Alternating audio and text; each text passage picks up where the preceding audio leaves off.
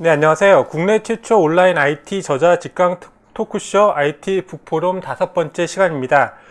오늘은 스페시피케이션 바이 이그젠플의 역자이신 이종환님과 멘토 김대웅님이 성공적인 프로젝트를 관통하는 핵심 실천법을 가지고 1시간 동안 여러분과 함께 하겠습니다. 그러면 앞으로 1시간 반 동안 두 분의 좋은 말씀 부탁드리겠습니다. 먼저 자기 소개부터 해주시죠. 안녕하세요. 스페시피케이션 바이 이그젠플의 그 역자를 했던 이종화라고 합니다. 네, 저는 어떻게 하면 프로젝트에 스펙 바이 이그젠플을 잘 적용할 수 있을까 많이 고민하고 있었던 개발자 김대웅이라고 합니다. 네, 반갑습니다. 네. 오늘 주제가 이제 좀 생소하실 수 있지만 이미 좀 국내외적으로 또 많은 관심을 갖고 있는 성공적인 프로젝트에 대한 얘기가 될 텐데요. 어떤 부분에서 문제가 있는지 일단 본격적으로 시작하기에 앞서서 오늘의 좀 다룰 핵심 내용에 대해서 좀 살펴볼까요? 오늘 들을 내용은 예제를 활용한 명세에서 나오는 이야기들을 요점들을 간략하게 소개해 드릴 거고요. 그리고 실제 프로젝트에서 어떻게 예제를 활용한 명세를 적용해서 사용해 볼 수 있을까에 대한 실사례들을 가지고 좀 더 이야기를 해 드릴 거예요. 그래서 그동안 경험에서 얻었던 그런 교훈들과 그런 지식들을 같이 나눌 수 있는 그런 시간이 되었으면 좋겠습니다. 네. 그러면 왜 우리가 그 예제를 활용한 명세에 대해서 이야기를 하게 되는지 그 동기에 대해서 먼저 한번 알아볼게요. 종환님 같은 경우 경력만큼 되게 많은 프로젝트들을 진행을 하셨잖아요. 그 프로젝트 진행하시면서 뭐 커뮤니케이션이나 아니면 요구사항 그런 것들로 인해 프로젝트가 흔들리는 그런 경험들을 많이 하셨죠? 어떤 그런 문제들이 있으셨나요?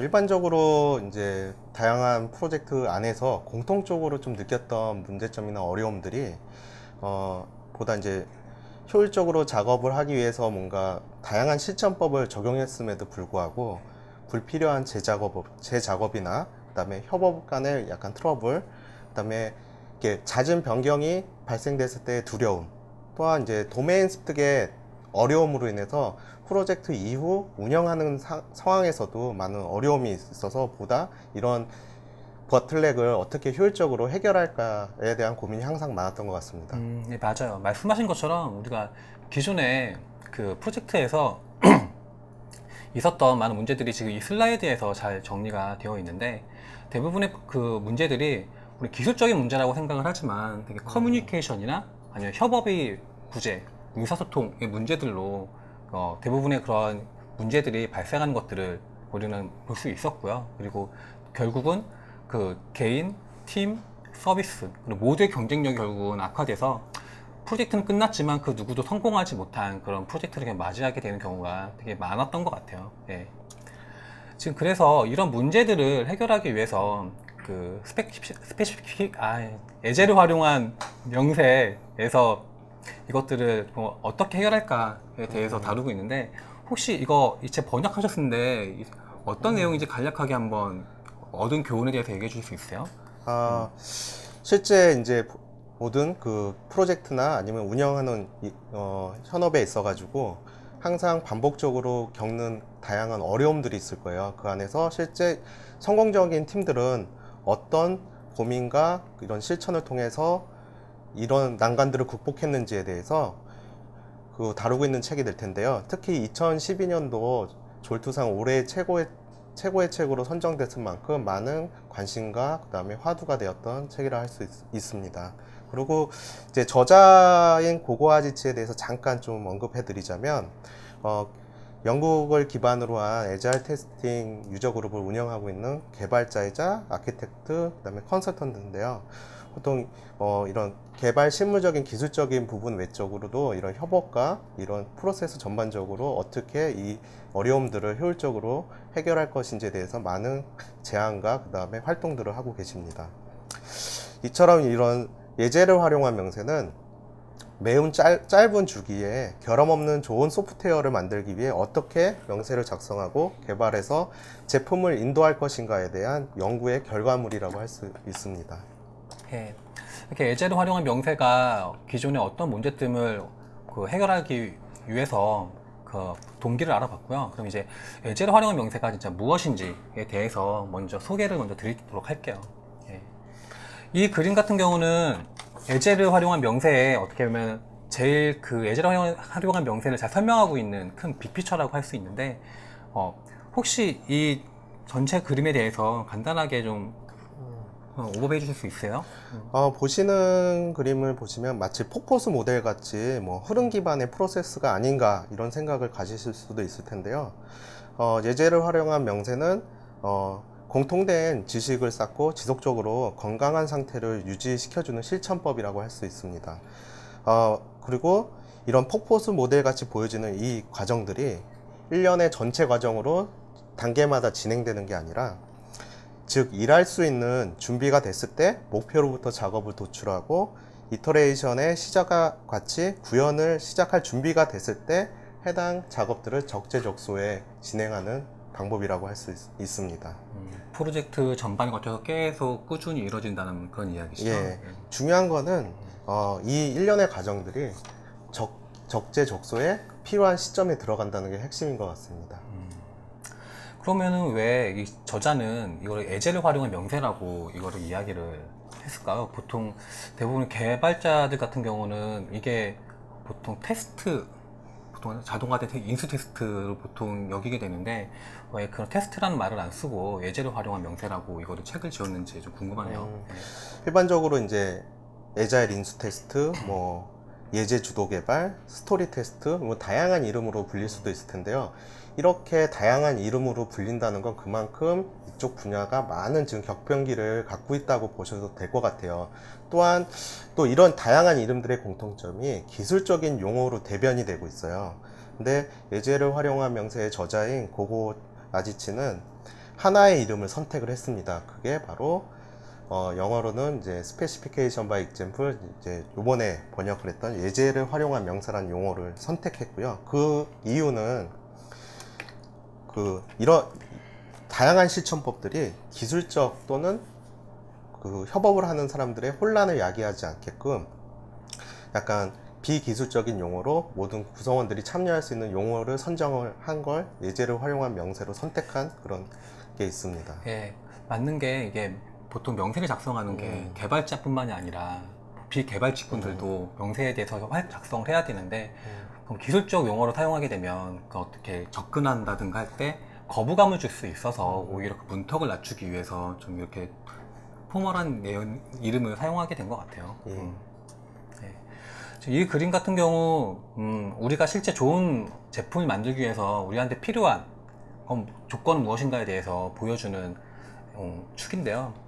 뭐 X축은 올바른 제품, Y축은 올바른 방법에 대해서 이야기를 해요. 그래서 우리가 좋은 제품을 만들려면 올바른 방법과 그 다음에 올바른 제품이 무엇인지를 알아야지 실제 좋은 제품을 만들 수 있다는 걸 보여주고요. 그 두 가지 이 조건이 성결되지 않을 경우에는 결국은 비즈니스의 실패라든가 아니면 뭐 뻘짓이 될 수밖에 없는 거죠, 프로젝트의 성공이. 그래서 프로젝트를 진행할 때 보통 제가 팀원들한테 많이 하는 그 격언도 이 슬라이드에 있는 제목과 같은데, 무엇을 만들지 정확하게 알지 못하면 아무리 올바른 방법으로 만들어도 좋은 제품을 만들 수 없다는 얘기를 항상 많이 하게 되더라고요. 그래서 저런 조건들이 필요하고, 그리고 올바른 제품을 만들기 위해서 필요한 명세 조건, 책에서 나오는 이야기 또 이렇게 되어 있는데, 이 그림 뭐 간단하게 설명해 주실 수 있으세요? 결국 우리가 만드는 이런 명세들은 예제화할 수 있고요. 이 예제는 결국 테스트가 될 수 있고, 테스트는 결국 요구사항을 검증하는 수단으로 활용될 수 있습니다. 결국 요구사항을 밖으로 드러내고 가능한 많은 빈틈과 모호성을 제거한다는 데 초점을 두고 있습니다.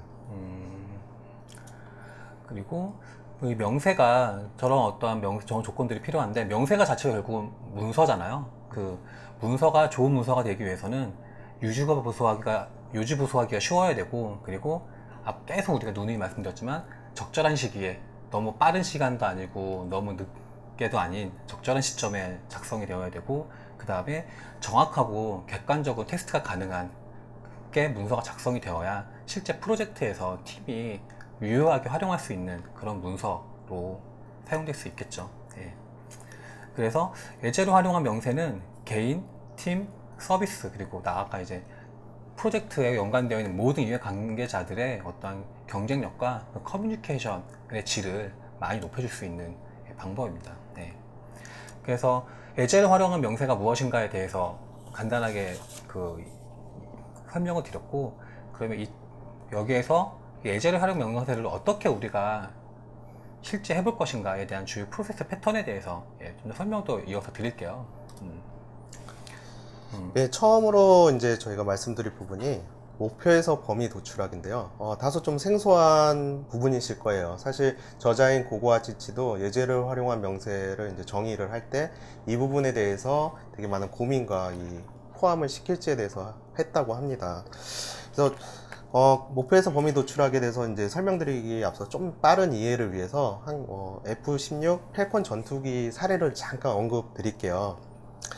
당시 지금 70년대에서 80년대 초에 가장 성공적인 전투기라고 했던 F-16 펠컨 전투기인데요. 당시 70년대의 전투 제트기의 가장 큰 화두는 속도였다고 합니다. 특히 이제 적기로부터 회피하는 능력에 있어서 속도가 가장 중요한 화두로 올랐었는데요.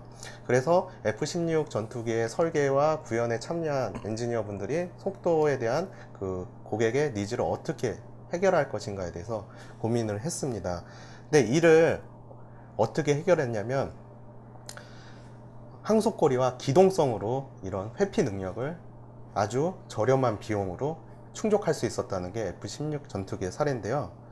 이거를 우리 현업의 이제 우리 소프트웨어 개발 쪽으로 좀 예를 들자면은 대부분 비즈니스 사용자와 고객은 요구사항을 해결책으로 제시하려는 경향이 있고 달성 목표나 문제 해결의 본질에 대해 토론하는 경우는 드뭅니다. 결국 이러한 경우에서 개발자분들은 수동적으로 일을 받아들이고 이걸 구현하기 위해서 그냥 맹목적으로 하시는데요. 결국 그렇게 되면은 아주 기본에 충실하고 궁극적으로 해결하려는 아주 저렴한 해결책보다는 어떻게 보면 비효율적이거나 아니면 많은 비용을 들이는 해결책으로 변질될 수가 있을 것 같아요. 그래서 이런 목표에서 범위를 도출하는 과정에서도 처음부터 다 같이 참여해서 보다 생산적이고 효율적인 방법을 찾자는 이런 얘기가 될 것 같습니다. 그래서 목표에서 범위 도출한 것을 좀 더 부연 설명을 드리면, 지금 이 오른쪽 그림 같은 경우는 라이팅 이펙티블리 유즈 케이스라고 알리스타 콕번이 지은 책에 나오는 도표예요. 그래서 이 같은 경우 목표의 수준에 대해서 이야기하는데, 우리가 목표에 대해서 우리가 커뮤니케이션을 할 때 목표가 되게 짜잘한 어떤 태스크 단위 그런 목표일 수도 있고, 아니면 이 그림에 있는 것처럼 저기 뜬구름에 있는 아주 추상적인 목표의 수준도 있어요. 근데 우리가 이해 당사자 안에서 그 목표를 이야기할 때는 저기가 가운데 있는 그림이 해수면이거든요. 그게 보통 해수면은 여기서 펑셔널 레벨, 그러니까 기능 레벨에서 이야기를 하라고 많이 얘기를 해요. 그래서 목표를 기능 레벨 수준으로 작게 만들어서 그걸 가지고 이야기를 하면 효과적으로 우리가 목표를 가지고 모든 구성원들이 이야기할 때 도움을 많이 받을 수 있다, 그런 이야기를 하고 있습니다. 그래서 목표에서 범위 도출할 땐 이렇게 하고요. 그리고 협업을 통해서 명세를 만드는 게 이어서 우리가 진행해야 될 활동입니다. 네. 협업을 통해서 명세를 만들 때 왜 협업을 통해서 명세를 만드냐, 이런 궁금증이 있을 텐데요. 명세를 함께 구체화함으로써 지식과 경험을 공유할 수 있다는 게 가장 큰 첫 번째 이유인 것 같습니다. 그리고 두 번째로는 이런 명세에 대해 주인의식을 갖게 됨으로써 모든 사람들이 개발 프로세스에 더 주도적으로 참여하게 된다는 게 또 가장 중요한 거고요. 결국 무엇을 완료해야 되는가에 대한 이해가 초반에 잘못되면은 실제 해결이 중요한 게 아니고 그 명세가 뭐냐가 가장 큰 그 해결점의 단초이자 가장 중요한 완결 조건이라고 볼 수 있습니다. 문제를 정의하는 게 중요한 거죠. 잘 그렇죠. 정의하는 게. 네. 그리고 결국 이제 저희 개발적으로 봤을 때 이렇게 명세가 이렇게 명확하고 모호함을 드러내고 있고 또 예제화할 수 있다면 당연히 바로 테스트로 귀결될 수 있는 가장 좋은 방법이 될 수 있고요. 참고로 이런 명세도 가장 중요한 게 있습니다. 서로의 표현으로 하는 게 아니라 유비쿼터스 랭귀지라는 보편적인 언어를 사용해서 통상적으로 이해할 수 있는 그 명세화를 해야 되는데요. 그래서 유비쿼터스에 대해서 잠깐 좀 언급을 했으면 해요. 자, 이거 같은 경우 다 이미 익숙한 그림이실 거예요. 바벨탑. 예.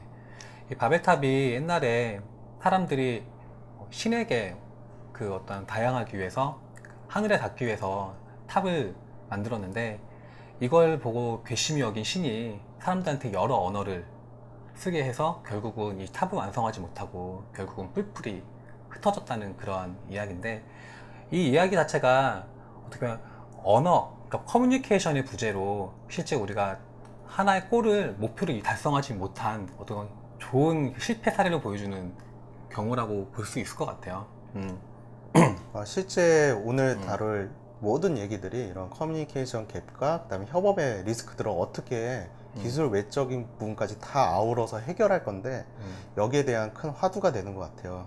그래서 그 모든 팀에서 사용을 할 유비쿼터스 랭귀지, 그러니까 보편 언어를 어떻게 만들 것인가에 대한 이야기인 거죠. 그래서 그렇기 위해서 몇 가지 인기 있는 협업 모델이 있는데 어떤 거죠, 이거는?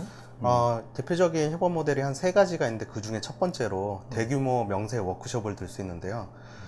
보통 프로젝트 초기 비전을 셋업하거나 아니면 프로젝트 전반적인 목표에서 범위를 도출할 때, 그때 초기에 진행하는 대규모 명세 워크숍이 됩니다.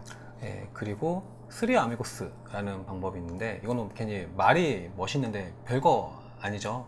어떤 프로젝트 팀원의 여러 직군들이 있으면 그 직군에 직군별로 한두 명 직군별로 같이 모여서 그 작성된 명세를 같이 리뷰하고 그걸 리파인하고 재정의하고 하는 활동을 하는 거를 3아미고스라고 하고요. 짝짝성 같은 경우는 우리 보통 XP에서 얘기하는 페어 프로그래밍과 거의 같은 유사한 맥락으로 그 좀 더 지식 수준이 다른 사람이든 혹은 지식이 좀 다른 도메인 혹은 뭐 다른 직군 사이에 같이 명세를 작성하는 방법을 의미합니다. 짝짝성은. 네. 그리고 이렇게 명세를 작성할 때 예제를 활용해서 설명을 해야 되는데, 그때 사용되는 예제가 우리가 왼쪽에서 보는 그림들은 보통 스토리보드라고, 우리가 보통 만화의 컷이나 뭐 영화의 어떠한 시나리오를 그려주는 어떤 시나리오를 설명하기 위한 그런 그림, 아니면 와이어프레임. 실제 어떻게 보면 글로 쓰는 것보다 그림을 한번 그려주면 오히려 더 쉽게 이해할 수 있거든요. 그래서 그림을 보여준다든가, 오른쪽 같은 경우는 스크립트. 그러니까 이거는 어떠한 그 내용인지에 대해서 시나리오를 직접 구술한 그러한 형태로 우리는 스펙을 작성할 수 있게 되겠죠. 그래서 이 그림 같은 경우는 실제 프로젝트에서 실제 여러 모든 구성원들이 같이 모여서 요구사항을 정제하고 리뷰하고 있는 그런 모습이고요. 그래서 저랑 오른쪽에 있는 그 그림을 보시면 실제 어떤 요구사항과 그 요구사항과 관련된 와이어프레임, 그 다음에 저거에 가지고 실제 회의에서 진행된 그런 것들을 뭐 노트 테이킹을 한 것들을 보실 수가 있죠. 네. 실제로 지금까지 이제 예제를 활용해서 명세를 작성하는, 그 다음에 설명하는 말씀을 주셨는데요. 실제 좀 재밌는 얘기가 있었는데, 아까 이렇게 다양한 예제나 아니면 이런 그 디자인된 스케치된 내용을 토대로 이제 명세를 이렇게 끌어내는, 그 다음에 예제도 같이 추가하는 사례를 잠깐 보여주셨는데, 일반적으로 이제 개발 직군에 계신 분들은 그런 게 없는 상태에서 명세를 구체화하는 작업을 되게 어색해 하세요. 그리고 작성된 내용을 실제 보면은 되게 기술적으로 판단하는 경향이 있어서 what보다는 how에 치중한 그런 게 있습니다. 그래서 그리고 잠깐 재밌는 얘기가 갑자기 떠올랐는데, 예전에 한 개발자분이 이렇게 명세를 한번 작성해 보세요 예제를 이렇게 드렸더니 그분이 C로 C를 쓰겠다, 이건 못하겠다. 그래서 아주 재밌었던 얘기인데 결국 그분이 제일 잘 하시더라고요, 결국은. 나중에는. 그래서 근데 이것도 예제만 있으면 다 한다는 거는 아니에요. 사실 예제만 있으면 다 될 줄 알았어요, 이런 경험을 또 하실 수 있거든요. 예제 또한 명확하게 작성이 돼야 됩니다. 그리고 완전한 구조로 작성이 돼야 되고요. 그 다음에 되게 현실적인, 예제가 되는 값들이 인풋 값들이 있다면 되게 현실적인 사례로 작성이 필요합니다. 근데 그럼에도 이해가 힘들면 안 되고요. 그리고 비기능 요소에 대한 예제를 만들 때에는 정밀한 요구사항을 작성해야 됩니다. 예를 들어서 빨리 응답해야 된다, 이게 아니라 측정 값을 제시를 해줘야 돼요. 그 빠름이 어느 정도인지 객관적인 지표까지 해서 작성을 해야 됩니다.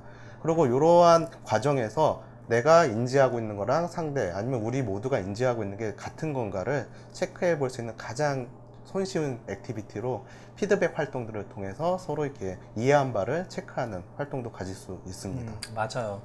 프로젝트 진행할 때 그 예제를 시나리오별로 작성화되는 경우들이 되게 많은데, 시나리오별로 예제를 작성하고 그거를 팀원들끼리 리뷰를 하게 되면 어떠한 현재 우리가 생각하지 못했던 다른 예외 시나리오라든가 아니 대안 시나리오 같은 것들이 오히려 잘 뽑아져 나오는 경우들이 많이 있어서, 그런 식으로 예제를 하나하나 추가하면서 요구사항 문서를 점점 단단하게 만들 수 있었던 것 같아요.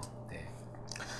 자, 이제 그리고 또한 이렇게 예제를 잘 만들어야 된다는 부분도 말씀드렸는데, 그 다음 과정으로는 명세를 꼭 정제를 하는 과정이 또 뒤따릅니다. 그리고 이 명세 정제에서 키는 아까 우리 유비쿼터스 랭귀지 잠깐 언급드렸는데요.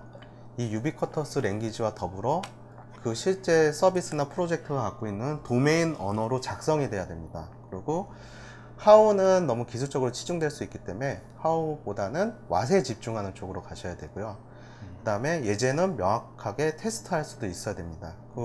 참고로 지금 슬라이드 그 하단에 보는 그림을 보시면은 약간 그 1, 2, 3, 4, 5, 6, 7에서 넘버링 된 보면은 사용자 로그인을 한다, 홈페이지로 이동한다, 어디로 간다, 이렇게 쭉 사용자 동선 흐름대로 이렇게 작성되는 경우가 있어요. 이게 주요 기능이라면 괜찮아요. 정말. 근데 이게 명세냐, 그러니까 UI 인터랙션에 대한 정의냐, 이 부분에 대해서도 했을 때 굳이 기능적인 측면이 아니라면 흐름 위주의 설명을 좀 피하시는 게 좋습니다. 어떻게 보면 지금 하단의 저 시나리오는 what이 아니라 how에 집중한 그러한 순서만 보여져 있는 거지, 그 명세 요구사항이 우리가 원하는 결과물이 뭔지에 대해서는 담고 있지 못하는 그런 케이스죠. 네.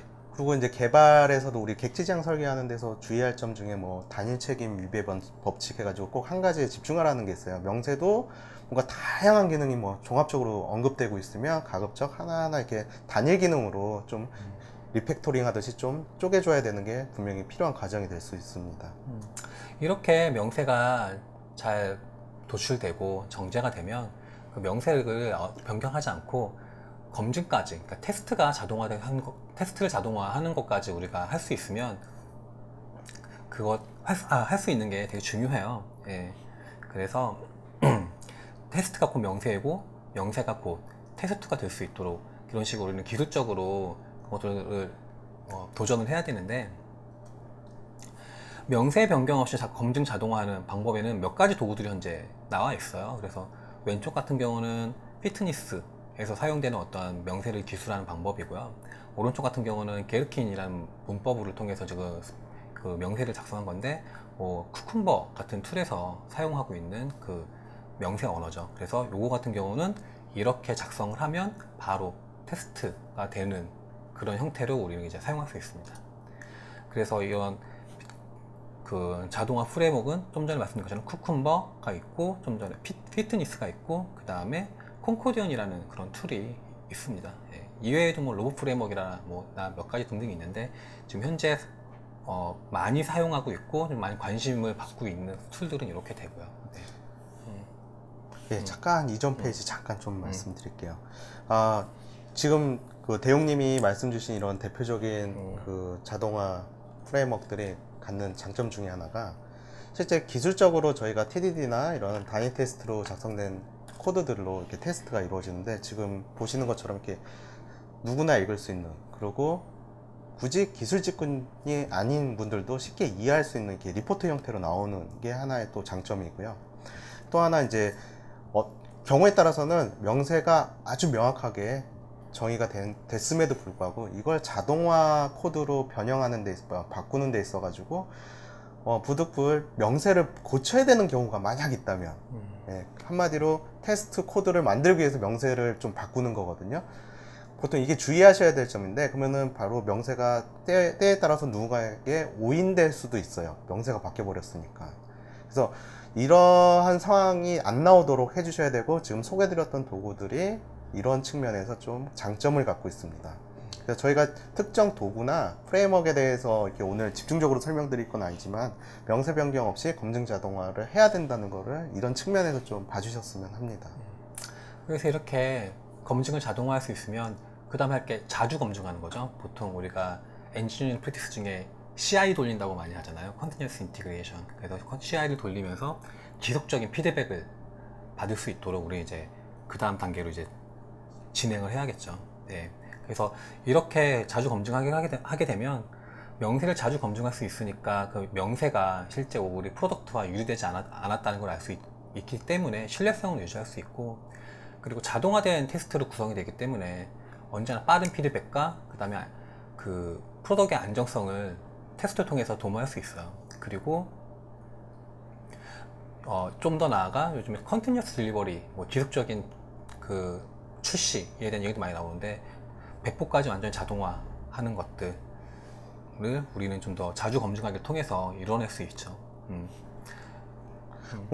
참고로 주의하실 점이 하나 있는데요. 경우에 따라서는 이제 우리가 꼭 그 자주 검증하기의 관점은 아닐 수 있는데요.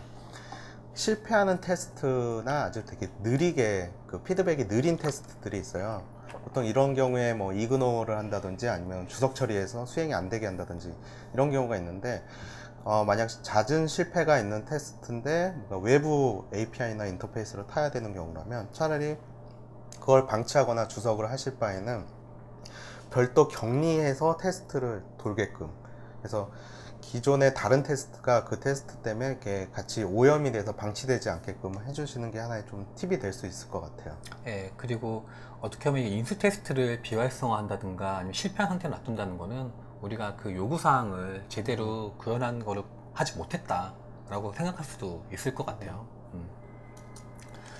그래서 자주 검증하는 방법은 뭐 젠킨스는 많이 다 아시는 도구죠. 예, 젠킨스 CI 도구에서 저런 자동화 테스트를 계속 수행을 해서 계속 테스트를 수행하고 오른쪽과 같이 그 리포트를 받음으로써 그 성공하는 테스트, 실패하는 테스트를 계속 주기적으로 우리는 빈번하게 받아볼 수 있겠죠. 참고로 네. 지금 보시는 화면이 이게 뭐 자동화 테스트를 이렇게 CI를 통해서 지속적으로 돌린다, 이 측면에서만 보실 수 있는데요. 한 가지 좀 흥미로운 그 사례를 말씀드리면은, 보통 개발자분들이 이제 협업하는 그 비개발 직군분들하고 얘기할 때 뭐 품질을 위해서 CI를 그 구축을 해야 된다, 그리고 이런 부분에 대해서 많이 강조를 하시지만 비개발 직군에 계신 분들은 솔직히 관심사가 아니다 보니 젠킨스 같은 이런 CI를 들여다보지 않는데요. 지금 이렇게 자주 검증되는 이렇게 리포팅 기반의 가독성 좋은 이런 식의 자동화 테스트가 나왔을 때는 그분들이 접근을 합니다. 더불어 원래 목표가 이런 자동 검증되는 리포팅을 보기 위해서 접근하셨는데 자꾸 익숙해지다 보니 일반적인 단위 테스트, 통합 테스트 이 부분에, 그러니까 기술적인 리포팅 커버리지 화면까지 들여다보셔서 내가 이렇게 요구한 시스템이 이렇게 건강한 상태로 가고 있구나, 그래서 더불어 개발팀의 신뢰가 쌓이게 되는 그런 긍정적인 사례도 있었습니다. 그럼 실행 가능한 명세에 대해서 간단하게 데모를 보면, 지금 이 동영상 같은 경우는 그 게르킨 스타일의 그 스펙을 작성한 모습이에요. 그 게르킨과, 근데 게르킨 같은 경우는 이게 플레인 텍스트로 작성이 되기 때문에 조금 그 비개발자의 경우 같은 경우 접근하기가 어려운 부분이 있어서 마크다운 같은 걸 통해서 작성할 수 있도록 구성을 했고요. 현재 이거 같은 경우는 그 작성된 스펙을 이런 식으로 플레인 텍스트 형태로 작성을 하고, 실제 저 작성한 테스트에 해당하는 그 스택 디퍼니션이라고 부르는데, 그 실 테스트 코드는 개발자가 작성하게 되고 이런 식으로 매핑하게 됩니다. 네. 그래서 현재 보시면 작성된 테스트를 뭐 지금 동영상과 같이 실행을 하게 되면 테스트가 성공하는 것들을 볼 수가 있고, 이렇게 자동화된 테스트가 구성이 되면 젠킨스에서 실제 그 CI 잡으로 생성을 해서 코드가 변경될 때마다 아니 기능이 추가될 때마다 저 테스트를 수행을 할 수가 있어요. 그래서 빌드가 이루어지고 이렇게 테스트를 수행을 하게 되면 테스트 결과가 이제 이런 식으로 리포트가 나타나게 되죠. 그래서 86%의 요구사항은 그 인수 테스트를 통과했고 14%는 실패했고, 그래서 어떤 부분이 실패했나 이런 식으로 확인할 수 있고, 이렇게 되면 우리가 스펙 자체가 그 실행 가능한 형태로 유지가 될 수 있는 거죠. 그래서 실제 비개발자가 작성한 그런 명세가 이렇게 테스트가 가능한 거를 볼 수가 있습니다. 그래서 현재 이거 같은 경우 현재 그림은 여러 시나리오들이 작성된 모습을 볼 수 있고요. 지금 이거는 그래서 아까 테스트가 실패했잖아요. 테스트가 실패한 거를 픽스하고 지금 다시 돌리는 모습을 보여줍니다. 그래서 실제 프로덕트과 요구사항이 유리되지 않고 계속 싱크가 될 수 있도록 우리는 좀 더 개발 환경을 고도화할 수 있겠죠. 그리고 모든 구성원들과의 신뢰도 계속 높일 수가 있고요.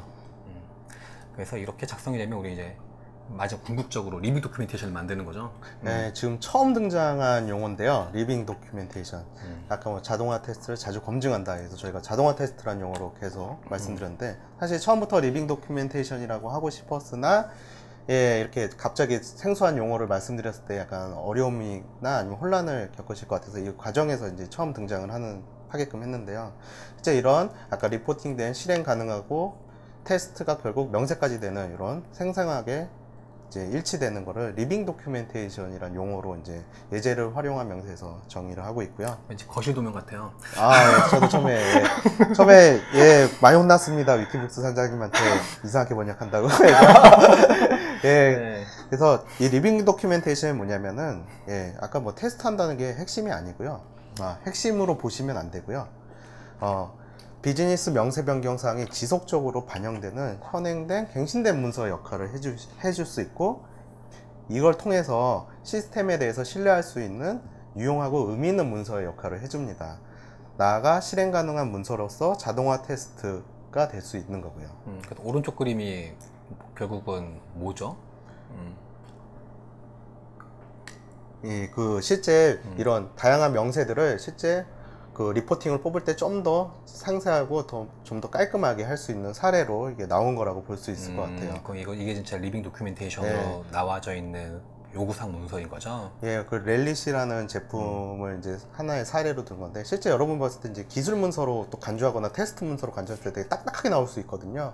어떻게 뭐 예를 든 거겠지만 가운데 실제 실행된 화면 스크린샷을 띄울 수도 있고, 그 우측이나 좌측에 이런 명세나 예제들을 쭉 배치시켜서 누구나 쉽게 볼 수 있는 가독성 있는 문서로 할 수 있습니다. 자, 그러면은 리빙 도큐멘테이션이 성공을 위한 필수 조건으로도 볼 수 있을 텐데요. 그러기 위해서는 좀 충족돼야 되는 조건들이 있어요. 리빙 도큐멘테이션은 누구나 쉽게 활용할 수 있고 시스템 기능을 파악할 수 있는 믿을 만한 수단이 되어야만 합니다. 근데 이렇게 믿을 만한 수단이 됐을 때 개발자는 목표로, 테스트는 테스트 업무로, 그리고 비즈니스 분석가는 기능을 변경했을 때 어떤 영향이 있을지 파악할 수 있는 출발점으로 삼을 수 있습니다. 결국 리빙 도큐멘테이션은 개발 프로세스에서 소스 코드만큼 아주 중요한 산출물이 될 수 있습니다. 네, 그럴 것 같아요. 보통 우리가 오래된 시스템을 보게 되면 결국은 믿을 만한 요구사항 문서가 없어서 코드를 한 땀 한 땀 따가면서 이게 무슨 기능인지 살펴보게 되잖아요. 근데 실제 리빙 도큐멘테이션이 우리가 있다고 한다면 이제 그 요구사항 문서를 가지고 시스템을 좀 더 쉽게 파악할 수 있겠죠. 자, 그러면 이런 리빙 도큐멘테이션을 도입했을 때 궁극적으로 어떤 효과가 있는지 좀 다시 언급을 드릴 텐데요. 일단 일반적으로 문서라고 하면은 이해하기 어렵습니다. 그리고 어떤 시스템의 성장에 비해 더뎌서 같이 성장을 못하는 경우가 있습니다. 가장 큰 문제죠. 안 읽습니다. 사람들은 아무리 양질의 문서라 할지라도 필요한 상황이 아니면 읽지 않게 되고요. 근데 이런 리빙 도큐멘테이션 도입했을 때 얻을 수 있는 효과는 이해하기 쉬운 문서가 되고요. 그 다음에 코드와 같이 움직이기 때문에 성장을 합니다. 그리고 결국 이러한 효과가 있기 때문에 사람들이 읽기 시작을 하게 되고요. 그리고 이런 원인은 테스트가 명세가 되고 명세가 곧 테스트가 되기 때문입니다. 그래서 우리가 지금까지 한 30분 동안 설명드렸을 때 여러 가지 이야기들을 들었어요. 예제를 활용한 명세, 실행 가능한 명세, 그리고 뭐 리빙 도큐멘테이션.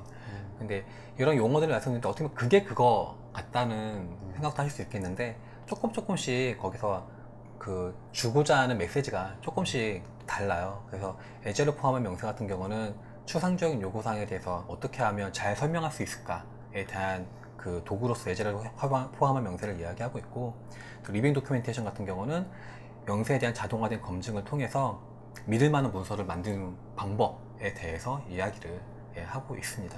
네. 그럼 이렇게 예제를 활용한 명세에 대해서 이야기를 해봤고요. 근데 이제 한 2가지 정도 사례를 한번 살펴볼게요. 실제 사례에서 어떻게 이것들을 활용해 볼 수 있을까. 그래서 예제를 활용 명세를 실제 스크럼 프로세스 안에서 어떻게 우리가 이거를 만들어 갈 수 있을까에 대한 사례를 말씀드리면, 먼저 스크럼 다 알고 계신 분도 있고 잘 모르시는 분도 있을 것 같기는 한데, 잘 아시는 것처럼 스크럼은 반복점진 개발 방법론 중에 하나이고요. 그래서 애자일 방법론 중에 엔지니어링 프랙티스가 아니라 어떤 프로세스 프레임워크 중에 하나예요. 그래서 스크럼이 어떠한 원리, 원칙을 대해서 얘기하면, 스크럼은 우리가 보통 프로세스쟁이들이 보통 얘기할 때 이 프로세스를 쓰면 모든 게 다 됩니다 라고 메타솔루션으로 보통 광고를 하는데, 그럼 스크럼은 솔루션을 제공하는 게 아니라 어떻게 하면 자기 자신을 잘 볼 수 있도록 우리가 개발하면서 그런 정보를 얻을 수 있는 피드백 루프를 제공하는 그런 프레임워크예요.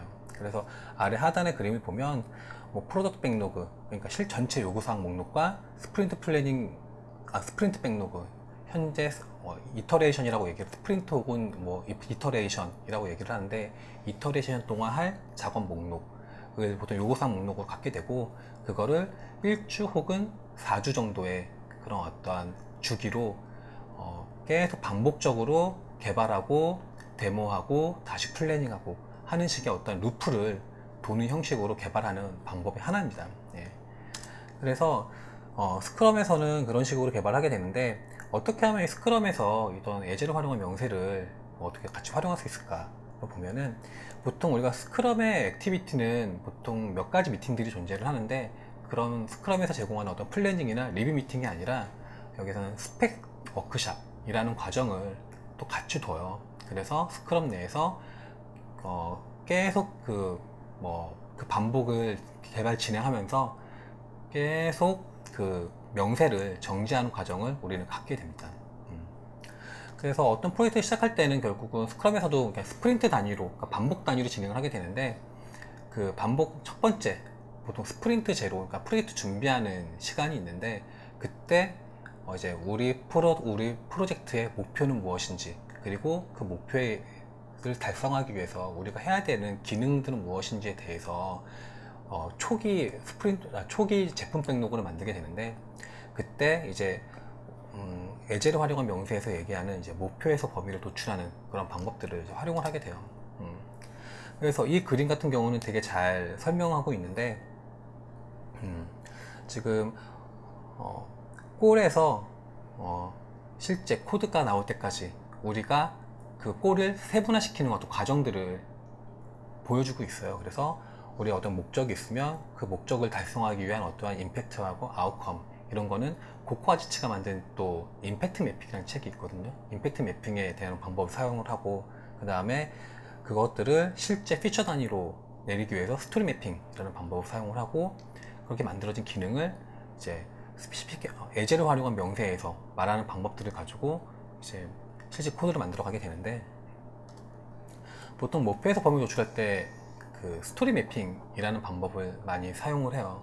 그 스크래치에서 초기 제품 백로그를 만드는 방법이 아주 우리가 책에서 보는 것처럼 손쉬운 방법은 아니거든요. 그래서 실제 우리 그 꼴에서 제품 그 목록 범위를 알기 위해서 스토리 맵이라는 걸 만들고, 그거를 우선순위에 따라서 이런 식으로 스케줄링을 하게 됩니다.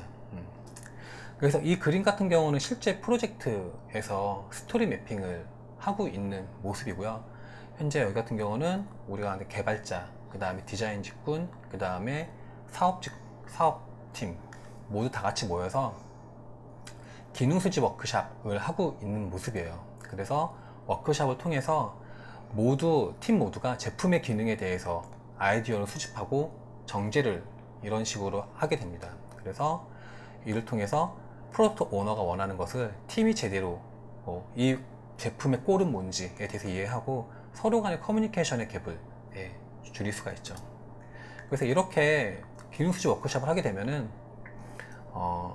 우리는 구현해야 될 기능 범위, 그 다음에 우리 프로덕트의 리스크, 그 다음에 우리가 아직 모르니까 타당성을 조사해 봐야 되는 어떤 그런 목록들, 스파이크한 목록들을 알게 되고요. 그리고 이 제품에 대한 우선순위에 대해서 모든 팀원이 동등한 지식과 책임감, 그 다음에 오너십을 갖게 돼요. 그리고 이렇게 기능 범위를 보통 만들 때 UX 직군 같은 경우는 이렇게 뽑여져 나오는 저 기능들과 우선순위를 보면서 로우파이한 와이어프레임도 같이 옆에서 그리면서 모든 팀원들이 이 전체 프로덕트에 대해서 이해할 도울 수 있도록 그런 그림들을 같이 그려 나가면서 이런 활동을 수행할 수 있어요. 그래서 이런 식으로 나오게 되고요. 그래서 목표 범위를 정식 오프라인에서 워크숍을 통해서 하게 되면 그걸 가지고 바로 사용하는 것보다는 한번 위키 문서라든가 그런 식으로 한번 정제를 하게 되면 조금 더 우리가 이걸 가지고 그 다음 프로젝트를 진행할 때 도움을 받을 수가 있죠. 네. 그래서 이렇게 되면은 그 이후에 하는 짓이 점진적으로 목표를 세우는 거예요. 일단 목표를 아까 일전에 보여드린 것처럼 뭐 추상화 레벨이 높은 수준의 목표도 있겠지만 실제 프로젝트에서 이터레이션에서 필요한 그 목표는 좀 더 로우 레벨한 스페시픽한 목표들이 필요하거든요. 그래서 2주마다 그러니까 보통 2개 스프린트 정도의 계획을 앞서 세우게 되고요. 그래서 매 스프린트마다 목표를 세우고 수행하고 점검하고 하면서 2주마다 계속 그 조금씩 프로젝트를 진행하게 됩니다. 그래서 아래 그림을 보면 이게 시간이 흐름에 따라서 점진적으로 목표들을 좀 더 단단하게 그 다음에 구체적으로 만들어가고 있는 모습을 보실 수 있습니다. 그래서 목표까지 만들어지면 스크럼에서 이제 스펙을 정제해야 되겠죠. 그러니까 아까는 범위까지 만들었고요. 그 기능 범위를 가지고 좀 더 정제하는 작업들을 해야 되는데 초기 스펙 같은 경우는 결국은 예제를 활용해서 작성을 하게 되는데 보통 이때는 키 시나리오, 그러니까 기본 시나리오만 보통 하나를 작성하게 됩니다. 그리고 스프린트가 지나감에 따라서 점진적으로 이 스펙을 발전시켜 나가게 되는데요. 그래서 이렇던 스펙이 조금 더 시나리오를 좀 더 스펙 워크숍을 통해서 시나리오 우리가 좀 더 발전시켜야 될 시나리오 같은 것들을 리뷰를 하게 되고요. 궁극적으로는 이런 식으로 좀 더 디테일하고 좀 더 단단한 그런 시나리오를 프로젝트를 진행하면서 적시에 만들게 됩니다. 네, 스펙 워크숍 같은 경우는 그 스펙 워크숍도 스프린트 내에서 매주 한 번, 두 번 필요한 만큼 계속 수행을 하게 됩니다. 그래서 스펙 워크숍을 할 때는 현재 보여지는 그림과 같이 오른쪽에 있는 그 검은 화면은 결국 우리의 공통 언어거든요. 글로서리 용어집을 만들고 있고요. 그 만들어진 용어를 가지고 좌측의 위키 문서에서 그 용어를 가지고 스펙을 작성하게 됩니다. 그리고 그 작성한 스펙을 실제 작업할 그 제품 백록으로 뭐 저런 식으로 그 태스크 단위로 나누게 되고요. 그리고 스펙에 대해서 리뷰를 할 때 필요한 어떤 질문들과 의구심들은 스펙 워크숍을 하면서 이렇게 질의응답을 하면서 계속 협업을 통해서 명세를 점점 단단하게 만들게 되는 과정을 거치게 되는 거죠. 그래서 이런 백로그 리파이먼트를 하게 되면 우리가 얻는 결과물은 우선순위로 정렬된 초기 제품 백로그, 실제 작업 목록이죠. 개발할 작업 투두 리스트를 얻을 수 있고요. 그 다음에 용어집을 얻을 수 있고, 그리고 개발을 할 수 있는 그 어떠한 완료 조건이 포함되어 있는 그 개발 태스크까지 작성이 됩니다. 이렇게 개발 가능한 테스트까지 완료가 되면 이제 우리는 그 스프린트 내에서 실제 개발을 진행할 수 있고요. 그렇게 진행할 때 뭐 아까도 말씀드렸지만 지속적인 통합을 통해서 데일리 빌드를 하고, 그 데일리 빌드에 대한 매일매일의 개발 결과물을 뭐 모든 이해 당사자들 그리고 뭐 모든 그 제품 책임자에게 전달하고 그 피드백도 최대한 빨리 받아서 반영을 합니다. 그리고 스프린트 내에서 아까 그 작업 가능한 태스크가 완료 조건이 포함되어 있다고 했는데, 실제 개발이 완료가 되면 그 개발 완료로 그 작업 올려놓으면 그 완료 조건에 따라서 그 제품 책임자가 이거를 완료했다고 할 건지 아니면 좀 더 개발이 필요한지에 대해서 확인을 하고 명확하고 투명하게 그 개발을 진행할 수가 있게 되죠. 보통 완료 조건이나 명확한 그런 합의가 없다 그런다면 서로 그 완료에 대한 기준이 달라져서 스프린트 내에서 작업이 이루어지지 않고 재작업이라든가 어떤 작업이 딜레이가 일어나게 되는데, 그런 것들을 초기에 명세를 협업을 작성함에 따라서 이런 것들을 좀 더 깔끔하게 해결할 수 있죠. 그리고 스프린트 막바지에는 만들어진 그 결과물을 가지고 데모를 수행을 하고, 데모를 통해 얻은 지식들을 가지고 이후의 계획에 반영하고 다시 그 다음 스프린트 아니면 좀 더 좋은 제품을 만들기 위해서 작전을 다시 짜는 식으로 그 스크럼 내에서 예제로 활용한 명세를 가지고 제품 백록을 만들고 프로젝트를 진행할 수 있게 있습니다. 지금까지 이제 대웅님께서 그 스크럼에서의 예제를 활용한 명세를 어떻게 접목시켜서 활용할 거에 대해서 이제 아주 상세하고 현장감 있는 사례들로 말씀을 해주셨는데요. 그 내용 중에 이제 뭐 스펙 워크숍 아니면 명세 워크숍 이런 용어들이 좀 나왔을 거예요. 이런 스크럼이라는 이 단계적인 이행 과정에서 뭔가 같이 합의하고 협의해서 명세를 공통으로 끌어내는 과정이 항상 존재해 줘야 되거든요. 그래서 지금은 다양한 이제 명세 워크숍이 대표적인 사례가 있다고 아까 말씀드렸는데, 그 중에서 실제 대규모 명세 워크숍을 했던 사례를 좀 소개해 드릴까 합니다.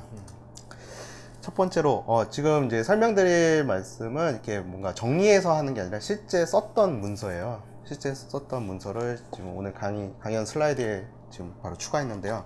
제 대규모 명세 워크숍을 당시 진행할 때 되게 생소한 상황에서 이게 뭔가를 잘 다들 인지하지 못한 상태에서 진행을 했기 때문에 대규모 명세 워크숍에 대한 취지와 목적에 대해서 한번 언급을 하고 시작을 했습니다. 또 당시 오늘 소개해드릴 사례를 과거 했던 사례 중에서 가장 기억에 남는 사례로 말씀드릴 건데, 프로젝트가 1년짜리였고요. 6개월씩 끊어서 하는데 처음 6개월이 끝나고 이제 두 번째 6개월을 들어가는 시점에서 시작을 했는데, 이때 뭔가 새로운 두 번째 목표와 범위나 이런 것들을 하고 비전을 셋업하는 이런 시간이었지만, 첫 번째 때 우리가 달성 못하고 또 기대치에 떨어졌던 상황들에 대해서 다시 환기하는 차원도 갖고 있었습니다. 첫 번째 때 가장 문제가 뭐였었냐면 뭔가 도메인의 지식과 이런 것들을 협업을 통해서 공유를 못하다 보니까 불필요한 재작업과 그 다음에 부메랑이 돼서 돌아오는 이런 결함들, 이런 상황들이 좀 기대에 떨어졌기 때문에 어떻게 하면 우리가 이거 잘할 수 있을까에 대해서 같이 논하는 시간도 함께 가졌는데요. 결국 이런 시간이 갖는 대규모 명세 워크숍이 중요했던 게 모두 함께 공감할 수 있는 완벽한 기회가 될 수 있고요. 그 다음에 구성원 모두가 이해할 수 있는 명세 작성의 기회가 됩니다. 그리고 이렇게 작성된 테스터블한 예제들은 바로 테스트에서 활용할 수가 있고요.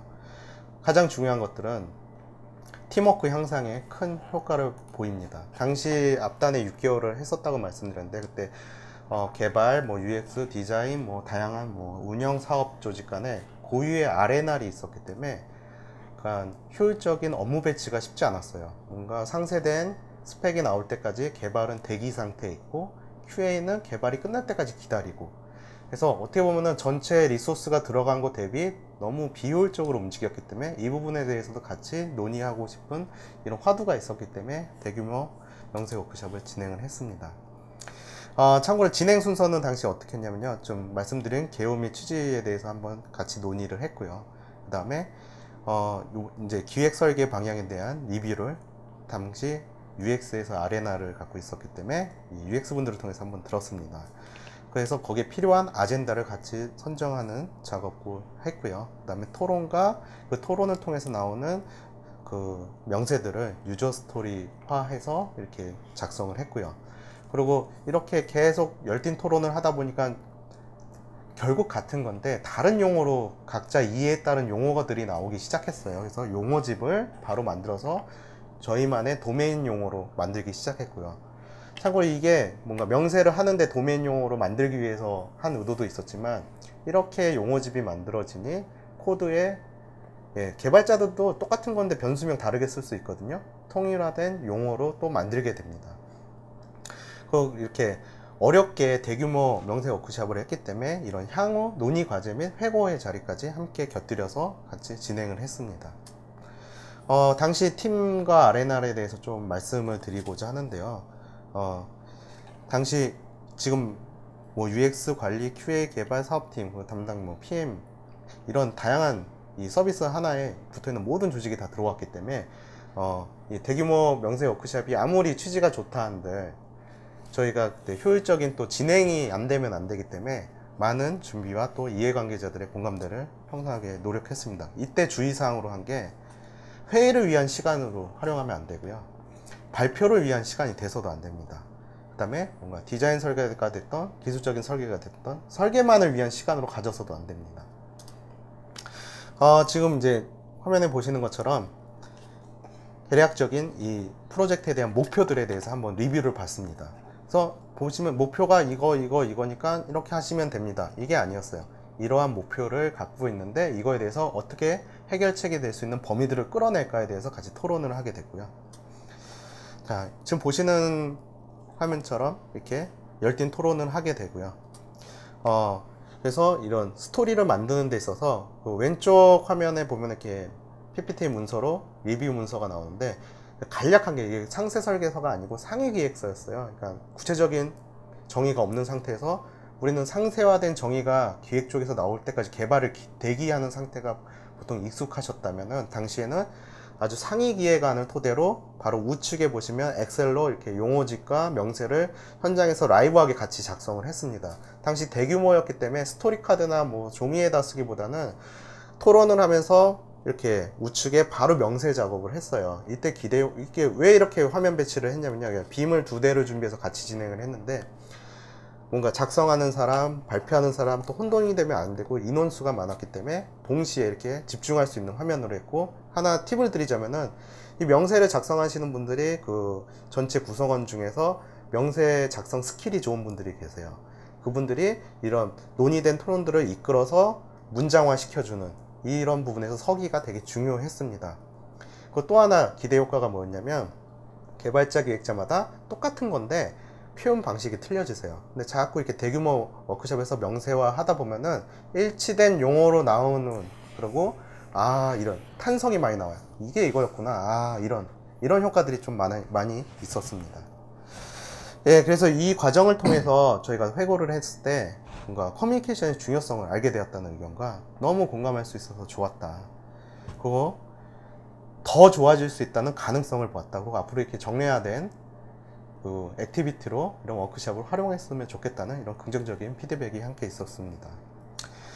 예, 근데 여기서 사실 저희가 처음에 대규모 워크숍을 했을 때 이런 그 서로의 합의된 그런 것들을 도출하는 게 목적이었는데, 사실 더 큰 소득이 있었어요. 그리고 이렇게 나온 명세들이 너무 퀄리티가 좋았고 우리가 이해할 수 있는 너무 양질의 명세들이 나왔기 때문에 이대로 방치하기 너무 아까웠습니다. 그래서 이를 테스트로 활용한 부분에서 접목을 시켰는데요. 실제 아까 대규모 워크숍 때 작성된 엑셀, 당시에는 엑셀로 했는데 엑셀로 쭉 명세들을 뽑았어요.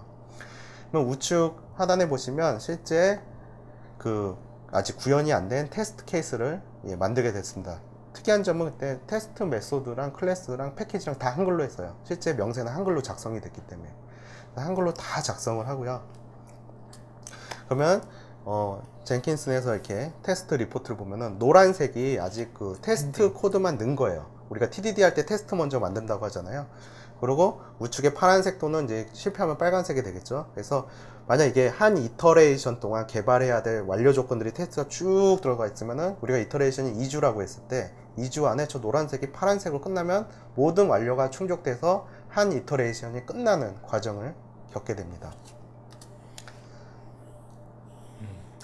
그래서 우리 지금 이렇게 두 가지 사례를 봤는데, 이렇게 하기 위해서 뭔가 변화가 일어나야 되는 부분이잖아요. 그래서 어떻게 변화를 해야 되냐.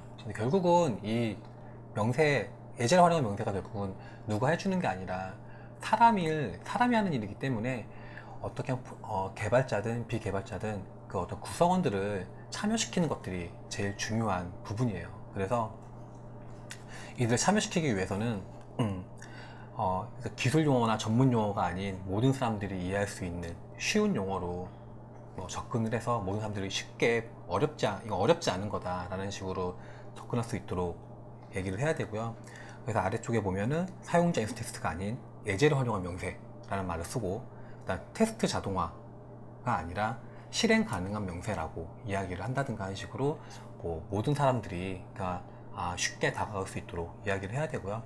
그리고 제일 중요한 게 모든 이해 관계자의 R&R을 존중하고 공동 목표를 달성하기 위해서 전향적인, 그러니까 이건 내 일 아니고 남의 일이야 그런 게 아니라 어떠한 우리의 목표를 달성하기 위해서 우리 다 같이 잘해야 되는 거잖아요. 그런 어떠한 긍정적인 자세를 갖도록 하는 것들이 되게 중요하고, 그리고 커뮤니케이션에 대해서 노력을 많이 하는 것들이 필요합니다. 그리고 프로세스 변경을 해야 되는데, 사람들이 참여하게 되면은 프로세스 변경하기 위해서는 일단 첫 번째 문제가 무엇인지를 다 같이 인식을 하고 그 문제에 대해서 공감대를 쌓는 게 무엇보다 중요해요. 그래서 문제에 대해서 모든 사람들이 공감대를 갖고 있지 않는다고 한다면은 그거에 대해서 솔루션을 찾는 것도 결국은 그 문제를 대해서 제기한 사람만이 그거에 대해서 고민을 하게 되지, 다른 사람들은 그거에 대해서 따르지 않게 되거든요. 그래서 일단 모든 사람들이 문제를 인식하고, 그리고 반복 전진 개발을 할 때 예제를 활용해서 명세를 가능하게 할 수 있는 원동력으로 이터레이션마다 우리가 기능을 개발하게 되면은 그거를 익스큐터블한 스펙으로 만들고, 그걸 가지고 실제 기능 구현을 할 수 있도록 보여줘서 신뢰를 쌓는 그런 활동을 해야 되고요.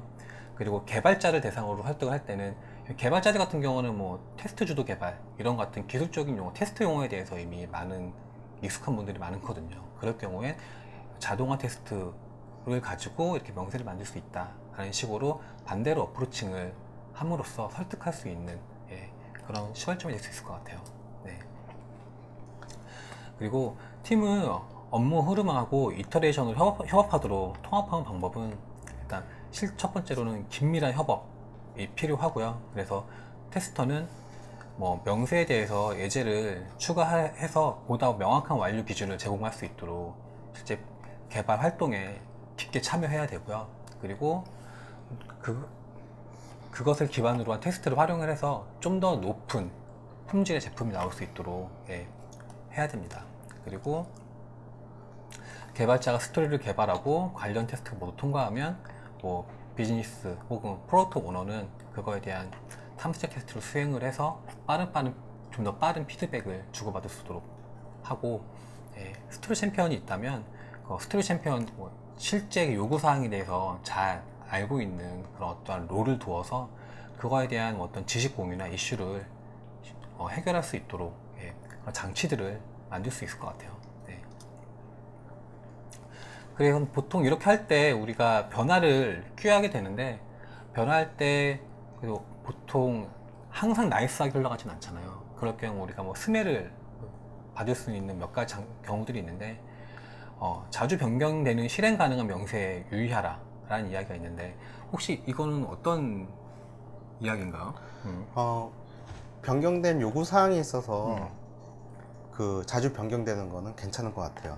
근데 검증이 실패했는데 막 명세도 막 바꾸고, 이거는 이제 대부분 도구 선정에 있어서 문제라기보단 이미 이런 문제들은 검토가 됐었기 때문에, 근데 아무래도 뭔가 모호함이 다 해소되지 않은 명세일 확률이 높아요. 이럴 때는 비즈니스 규칙을 더 안정적으로 할 수 있는 명세가 뭔가 잘못된 부분이 있는지 확인하라는 의미로 받아들이면 되실 것 같습니다. 그거에 대해 연관된 게 부메랑에 유의하라는 것 같은 맥락인 거죠.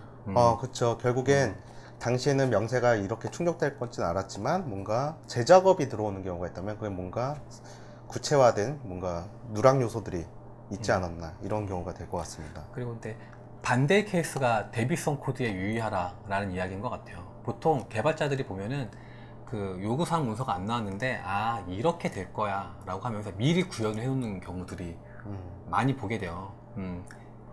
그럴 경우엔 오히려 쓸데없는 구현을 한다든가 아니면은 우리 우선순위에 맞지 않는 작업들을 하게 되는 케이스여서 그것도 보통 개발단에서 구현할 때 보통 보여지는 그런 케이스인 것 같아요. 그 산탄총 수술에 유의하라 라는 이야기는 어떻게 보면 명세가 오거나이징이 잘 안 되어 있는 그렇죠. 케이스인 거죠. 해서 뭐 하나 바꿨더니 이거 바꿔야 되고 그 코드랑 마찬가지예요. 저희가 의존성이나 간결합의 코드들이 하나를 바꿨더니 막 사이드 이펙트가 뻥뻥뻥 터지는 것처럼 명세 또한 이게 바꿨더니 이렇게 의존성이 있다는 건 뭔가 단일 기능을 지금 충족하고 있다는 게 아니라 서로 영향권에 들어갈 수 있다는 거거든요. 이런 부분에서 좀 또 개발과 같은 관점으로 산탄총 수술에 유의를 하셔야 됩니다. 이게 되게 중요한 게 우리가 보통 제품을 개발하다 보면은 그 요구사항 문서가 되게 많아지는데 이거 어떻게 잘 오거나이징을 해서 쉽게 찾고 그거에 대해서 내용을 언제든지 피드백을 할 수 있도록 만들어야 되는데 보통 이런 것들에 대해서 관리를 안 하게 되면은 잘 명세를 작성했어도 거의 쉽게 사용하지 못하는 케이스가 되는 거죠. 그래서 이렇게 예제를 활용한 명세를 사용하게 되면 우리가 얻을 수 있는 기대 효과로는 개발 같은 경우는 좀 더 이 제품에 대한 의도를 제대로 파악할 수 있어서 좀 더 근본적인 어떠한 문제를 해결할 수 있는 좀 더 좋은 솔루션 같은 것들을 제시할 수 있고요. 그리고 비즈니스 분석과 논의를 통해서 언제든지 내가 제대로 이해하고 있는지 확인하고 보완할 수 있어요. 그리고 개발자가 작성한 어떤 자동화된 테스트를 살아있는 명세의 문서를 활용할 수 있는 큰 장점을 얻을 수 있는 거죠.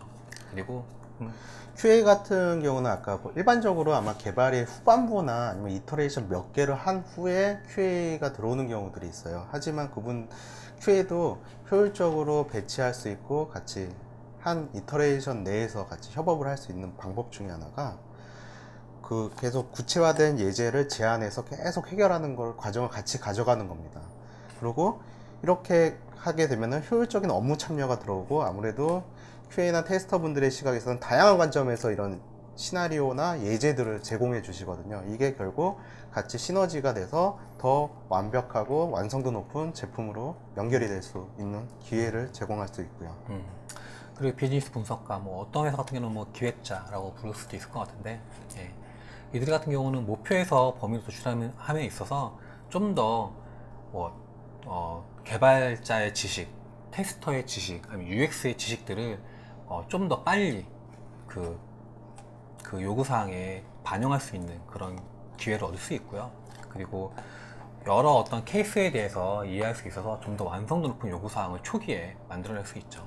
그리고 리빙 도큐멘테이션은 비즈니스에 대한 검증이자 요구사항의 출발점이 될 수 있으니 이거에 대해서 좀 스펙을 어떻게 하면 잘 쓸 수 있는가에 대해서 노력하고 이제 연구하고 그거에 대해서 좀 더 그런 어떤 능력들을 쌓아갈 수 있겠죠. 그래서 우리가 변화의 시작은 결국 어떠한 기회의 시작이 될 수 있을 것 같아요. 우리가 그냥 변화를 꾀하지 않고 그냥 가만히 있으면 그냥 어떻게 보면 그 현상 유지 혹은 현상 유지 자체가 결국은 도태되는 거잖아요. 근데 하여튼 게 변화를 꾀함으로써 우리가 좀 더 좋은 제품을 만들고 그 다음에 같이 일하는 사람들 사이에서 협업을 통해서 서로 간의 지식을 공유하고 좀 더 잘 좀 더 나은 그런 어떤 사람이 될 수 있도록 할 수 있는 기회를 만들 수 있을 것 같습니다. 자, 지금까지 이렇게 뭐 대략 이제 많은 얘기들을 이어서 와서 이제 좀 정리를 해야 되는 이제 시점이 됐는데요. 예, 정리에 앞서서 잠깐 오늘 예제를 활용한 명세에 대해서 쭉 저랑 대웅님께서 얘기해 주셨는데 사실 저희가 개발자입니다. 네, 아까 스크럼이라는 부분도 나오고 약간 애자일적인 거나 아니면 이런 과정에서 겪었던 협업 간의 여러 가지 이슈들이나 아니면 어떻게 해결했는지 그 다음에 이론적인 얘기까지 쭉 기술적인 부분에서 이렇게 깊게 논의를 드리기보다는 이 전체를 아우를 수 있는 얘기들을 많이 드렸는데요. 사실 저희가 대부분의 개발자분들이 계속 생활하시다 보면은 결국 이 모든 과정을 다 겪으세요. 그걸 주도하시든 안 하시든 간에 이 상황에 놓입니다. 그리고 마지막 마무리하는 사람은 개발자이기 때문에 이 상황에 더 민감해집니다. 그래서 저희가 오늘 강연을 드리는 이유도 서로 간의 경험과 그 다음에 그걸 통해서 얻었던 노하우들을 같이 논의도 하고 이렇게 편하게 대화할 수 있는 시간으로 이렇게 말씀을 드린 건데요. 혹시 개발자분들께서 이런 것까지 다 챙기면 개발자는 언제 일하나요? 근데 결국 가만히 생각해 보시면 다 겪고 계세요. 근데 저희가 이렇게 말씀드리는 건 이러니까 저희가 원래 궁극의 목적인 그 다음에 더 본질에 충실할 수 있는, 본질이라면 이제 개발자분들은 개발에 충실할 수 있는 거죠. 이런 기회를 얻게 된다는 점에서 계속 여태까지 많은 얘기를 드린 것 같아요. 그래서 이제 정리를 좀 드릴게요. 지금 보시는 그림은 이제 실제 저희가 만약 목표가 피라미드를 쌓는 거라고 가정했을 때요. 최종 목적지에 다다를 수 있다면 어떠한 방법을 써도 상관없다는, 뭐 다양한 방법을 쓰셔야 된다는 전제 조건이 있다고 할게요. 이때 어떤 팀은 무작정 끌고 갈 거예요. 무작정 끌고 가고 누군가는 또 뭔가 고안을 해서 방법을 찾을 거예요. 근데 만약 무작정 힘으로 끌고 간다고 했을 때 처음에 들이는 비용하고 점차 이제 그 힘이 과중될수록 계속 뒤처지게 될 겁니다. 혹시 여러분들이 지금 하고 있는 방식이 어떤 방식인지, 지금 첫 번째 그림이라면 이제 다음 그림에서 보시면 뭔가 방법을 찾으셔야 될 거예요. 힘으로 밀어붙일 수도 없고 뭐 야근으로 해결할 수 있는 문제도 아니고, 이랬을 때 뭔가 마법같이 만약 코끼리가 있다고 가정을 해볼게요. 코끼리를 밧줄에 묶어서 이 바위를 끌게 했어요. 사람들도 같이 밀면서. 근데 정말 안타깝고 불행하게도 코끼리가 줄을 끊고 도망갔습니다. 예, 어떻게 될까요? 처음에 이제 속도가 몇 배 빨라지다가 뭔가 뭐 속된 말로 이제 꽁수가 들어가서 엄청 빨라졌어요. 근데 이 그림을 좀 비유하자면 코끼리가 도망가서 누군 또 코끼리 잡으러 가요. 그래서 또 사람이 사라졌어요. 그러면 또 몇 명의 그 소수 갖고 이 목표를 완수해야 되는, 더 상황은 악화되는 이런 문제점이 갖게 됩니다. 근데 현명한 팀이라면 무작정 바위로 밀거나 꽁수를 부리기보다는 뭔가 효율적인 방법을 고안하는데 시간을 투자하게 됩니다. 이렇게 계획을 세우는데 시간은 걸리지만 이후 바위를 더 빠르게 옮길 수 있고, 계속 반복되는, 피라미드로 완성될 때까지 그 수많은 바위를 이렇게 효율적으로 옮길 수 있는 이런 기대 효과를 누리게 됩니다. 그리고 저희 예제를 활용하는 명세에서 궁극적으로 원하는 바는 지금 그림인데요. 더 현명한 팀이라면 목표에 다다를 수 있게끔 하기 위해서 길도 닦고요. 그 다음에 바위도 밑에 이렇게 나무를 효율적으로 더 준비해서 밀림대를 해서 계속 순차적으로 모든 사람들이 함께 협업해서 옮길 수 있도록 이렇게 효과를 극대화해서 지속적으로 효과적인 방법을 계속 유지할 수 있는 힘을 발휘하게 됩니다. 이게 바로 좋은 팀이죠. 네, 좋은 팀은 알아서 자기 프로세스를 좀 더 고도화할 수 있는 그런 팀이 진짜 좋은 팀이니까요. 그리고 프로젝트의 성공을 위한 핵심 실천법이라고 말씀을 드리고 있지만, 프로젝트 끝나면 이제 운영이에요. 유지를 해야 돼요. 여태까지 경험으로 오히려 쉬웠던 거는 그 성공의 과정을 쌓아가는 과정이 어찌 보면 더 쉬웠던 것 같아요. 이거 계속 유지하면서 계속 상향 레벨업 시켜야 되거든요. 이 과정에서 저는 예제를 활용한 명세가 진정한 가치는 이 유지를 하고 더 높이 성장할 수 있는 요 기틀이 되는데 더 효과가 있었다고 봅니다. 그래서 이러한 사항들을 이제 결론적으로 말을 이제 해봤을 때, 예제를 활용한 명세는 이렇게 다양한 고안을 통해서 나온 성공적인 팀들의 노하우를 이제 다 수렴한 건데요. 적기에 공급할 수 있는 좋은 방법이자 짧은 흐름 기반의 개발을 성공을 위한 핵심 요소로 할 수 있습니다. 그리고 이런 리빙 도큐멘테이션 같이 이런 최적화되고 쓸모있는 문서는 길고 지루한 문서가 아닌 의사소통을 할 수 있고 효과적인 문서로 활용될 수 있습니다.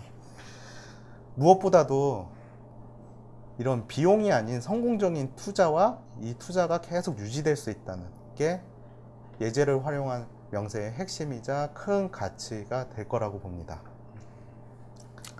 네, 여기까지가 저희 준비한 내용이 끝이고요. Q&A 한번 볼게요. 예. 예. 맞았다.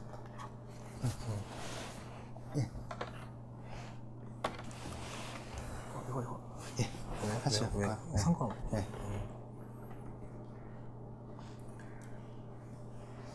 자,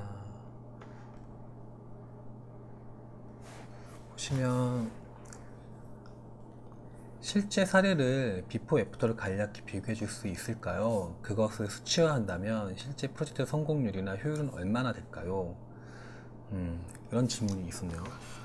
참고로 그냥 일반적인, 그리고 당시에 반복 전진 개발을 썼어요. 나름 이제 효율적인 개발도 하고 또 테스트 자동화도 단위 테스트를 기반으로 했던 시절이 있었는데요.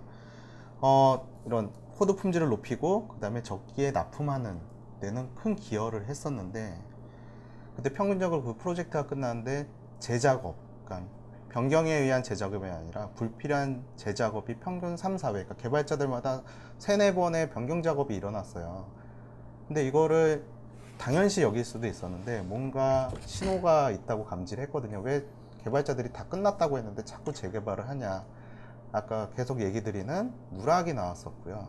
그 다음에 커뮤니케이션 갭에 따라서 또 이해의 갭에 따라서 잘못 구현되는 경우가 나와요. 근데 이런 문제점들이 초반에 나와주면 바로바로 잡고 가는데, 최악의 경우 통합 테스트 최후단에서 그게 쭉 밀려 들어오면은 아주 출시 날짜를 임박하고 이제 아주 살인적인 업무 강도가 들어가는 이런 문제들이 항상 그 전후를 비교했을 때 그런 문제가 있었어요. 그리고 전후에서 또 어떤 경험이 있었냐면, 프로젝트는 어차피 대부분 실패한 프로젝트보다 성공 프로젝트가 훨씬 많으실 거예요. 프로젝트는 성공했는데 나는 뭘 성공했지? 이런 갈증이 계속 쌓이는 분들이 많았습니다.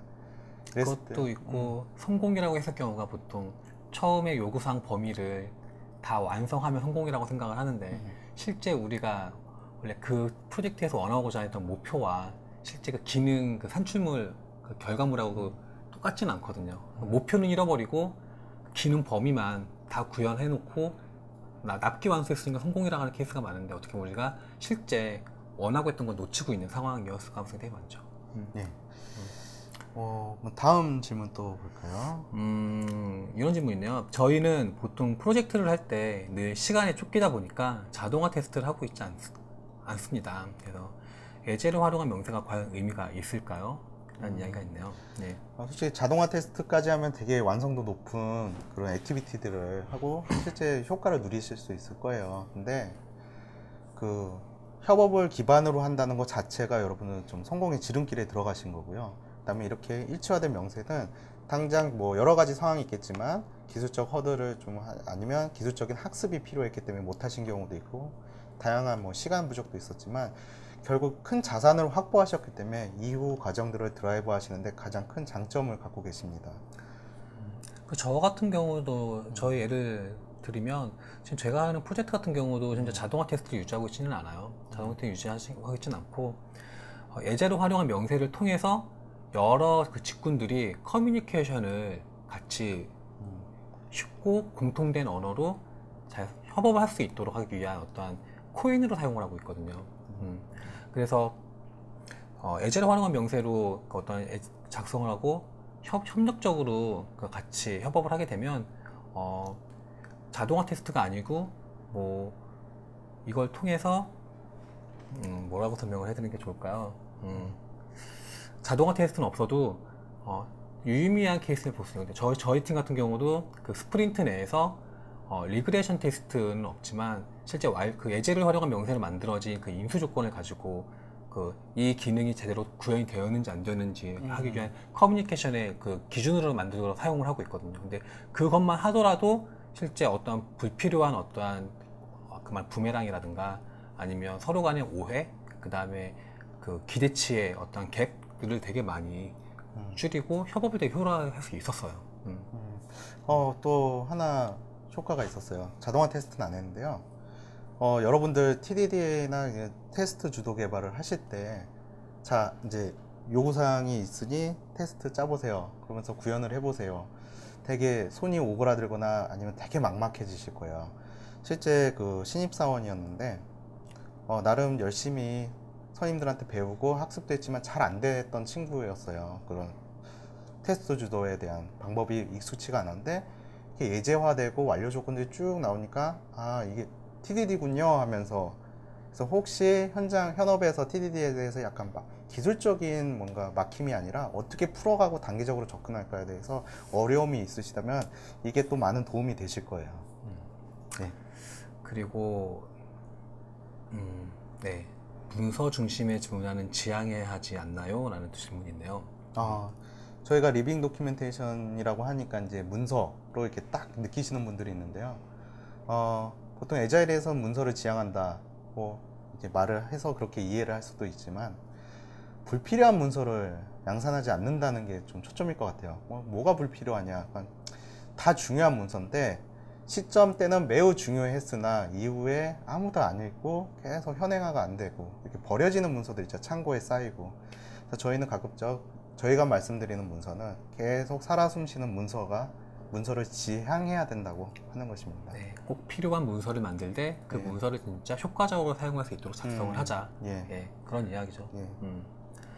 그리고 어떻게 보면 개발 프로젝트는 되게 다양한 프로젝트 형태들이 있는데 그 모든 프로젝트에 뭐 적용 가능한가요? 그러니까 뭐 SI 프로젝트도 있고 모바일 프로젝트도 있고 뭐 언어나 플랫폼 기반에 따라서 다양한 형태들이 존재할 수 있는데 가능한가요?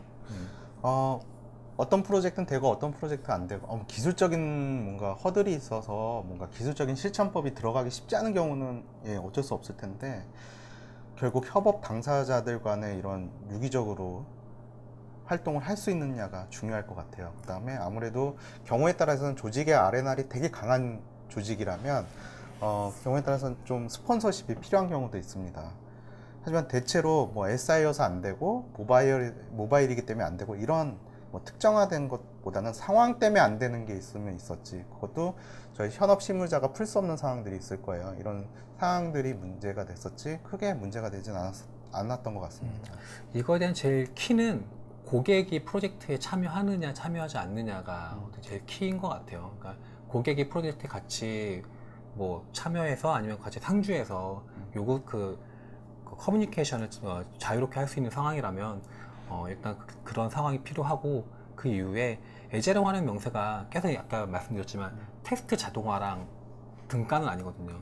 여기서 좀 더 얘기하는 거는 어떻게 하면 우리가 협업을 효율화하고 커뮤니케이션을 잘해서 그런 거에서 오는 우리들의 어떤 의사소통의 갭을 줄이고 그 의도에 맞는 결과물을 만들어낼 수 있을까에 대해서 고민해 보자는 거지, 테스트 자동화가 꼭 필요하고 얘가 방점은 아닌 거죠. 네, 이런 질문들이 나왔고 이 정도인 것 같네요. 그러면 이제 Q&A 시간까지 다 가졌는데요. 실제로 오늘 이제 좀 마무리를 해야 될 것 같아요. 네. 좀 짧으면 짧고 좀 긴 시간이었을 수도 있을 것 같은데요. 오늘 대웅님 같은 경우 좀 오늘 이 마무리 하시면서 예제를 활용한 명세에 대해서 꼭 하시고 싶은 개인적인 생각이나 아니면 꼭 드리고 싶은 말씀이 있다면 어떤 게 있을까요? 일단 이 책을 하시면 좋으실 것 같고요. 그렇죠. 네, 잘했죠. 그렇죠. 책을 하시면 좋으실 것 같고, 그리고 이거 꼭 안 될 거야 라는 것보단 지금 나의 상황에서 하나 조금이라도 해볼 수 있는 방법은 뭐가 있을까에 대해서 그런 기회를 계속 찾아보시는 것이 일단 제일 좋으실 것 같다는 생각이 들어요. 맞는 것 같아요. 저도 뭔가 다양한 에자일이든 뭐 스크럼이든 뭐 다양한 것들을 접목했을 때 항상 잘 맞아 떨어졌던 때도 있지만 성공하고 또 다음에 똑같이 했을 때 잘 안 되고 막 이렇게 반복이 됐던 것 같아요. 근데 예제를 활용한 명세에서 제가 처음에 딱 느낌을 받았던 거는 내가 했던 게 너무 한쪽에 편향됐었구나, 나만 내 울타리 안에서 움직이고 있구나, 상대와 같이 일하는 사람들이 결국 같이 만들어가는 파트너인데, 그리고 동반자이고 한 팀인데 이 안에서 뭔가 유기적으로 안 움직이고 있구나, 이런 문제가 가장 컸던 것 같아요. 그래서 제가 뭐 예제를 활용한 명세로 오늘 이렇게 말씀드리는 자리에 있지만은 제가 가장 힘든 프로젝트에 들어갔을 때도 이 방법을 가장 먼저 생각하게 되고요. 그 다음에 가장 성공할 수 있는 프로젝트에서도 이 방법을 또 가장 먼저 생각을 하게 됩니다. 그래서 이 안에서도 계속 이제 정답을 찾아가야 되고 더 나은 방법을 찾아가야겠지만, 여러분들께서도 항상 성공을 좀 더 확실하게 이루고 프로젝트뿐만 아니라 개인의 성공, 서비스의 성공, 나아가 그 조직의 성공까지 이룰 수 있는데 큰 도움이 될 거라고 좀 확신을 합니다. 그러면 많은 시간 좀 저희가 이렇게 토크를 이렇게 하다 보니까 좀 어눌하고 좀 말주변도 없어 좀 실수도 했을 텐데요. 긴 시간 함께 해주셔서 감사합니다. 네, 감사합니다. 감사합니다. 네.